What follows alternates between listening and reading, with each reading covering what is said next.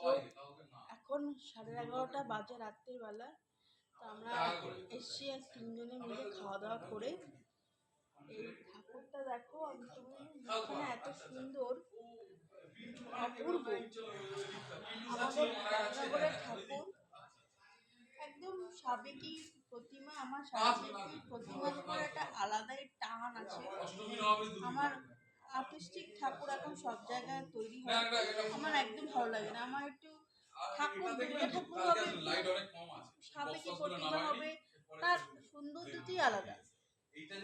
তো আমাদের যে শিল্পী, সেও বাটানগরের শিল্পী, কুমোরটুলির